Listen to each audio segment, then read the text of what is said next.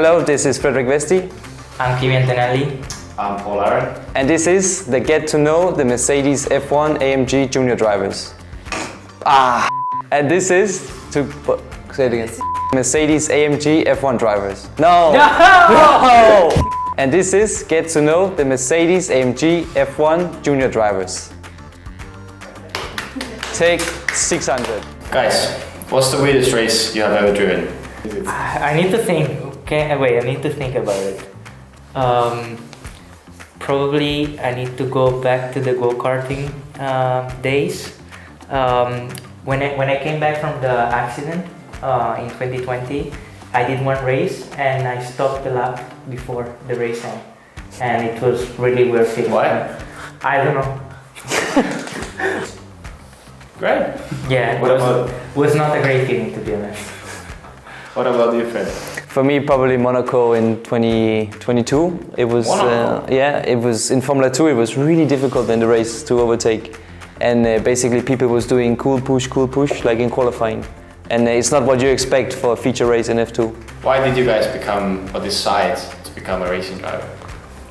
I mean, I'm a racing driver because first of all I got the passion from my dad, and then it's just because I love competing and I love the winning feeling, and and it's also a great feeling to drive a racing car. What about you, Fred? Yeah, similar to Kimi, I think it's the big passion coming from the inside. Since I was very young, so 2 years old, I was doing something with engines, and it's just developed a lot. And it's of course the feeling of winning. You can have a full year of bad results, but if you win one time, it's all forgotten. So the passion. What's your favorite holiday location?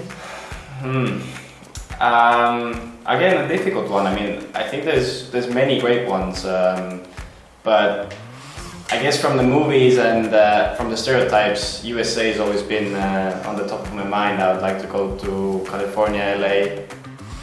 I'm gonna be super boring and gonna say my home, because we travel so much, so I really enjoy to be home. It's a good holiday, and if I can't say home, probably I would like to stay in the mountains like Switzerland or Italy. Yeah, I mean, for me it's the same as Fred. Obviously during the year you travel a lot, and you enjoy more the time when you stay at home. You really enjoy it, and I will say my home, and if not, actually I have another house in the beach in Riccione, and I really like staying there. So Kimi, when was the first time you drove a go-kart? So I first went on a go-kart when I was 5 years and a half, and the go-kart was, the name was Delfino, and Who named the go-kart? I don't know, the name was Delfino, and actually it was really slow, but good to start with. And you, Paul? I don't actually remember going on a go-kart when it was the first time, but from my parents and brother's memories, I would say about 6 years old. My brother was racing in karts, so I was also eager to get behind the wheel of one, and finally at 6 years old my father let me try it, and obviously again it was a slow car like Kimi said, but you gotta start somewhere, and I enjoyed it straight away. So Paul, what was the funniest moment you've ever had driving a race car? I don't know, I mean, during that time it was not funny at all, but looking back, I'm in Italy racing for Prema in Formula 4, did my first ever pole position, starting in the wet, and I missed my pit box. No. And I was able to reverse it perfectly back into the box, perfectly, like millimeter perfect. Started the race, led the race, and then I got a 10-second penalty for reversing back into the pit box. And I gotta say, at the time it was not funny at all, but looking back, I mean, it seems quite funny. It's quite tough. One of the funniest moments I've ever had.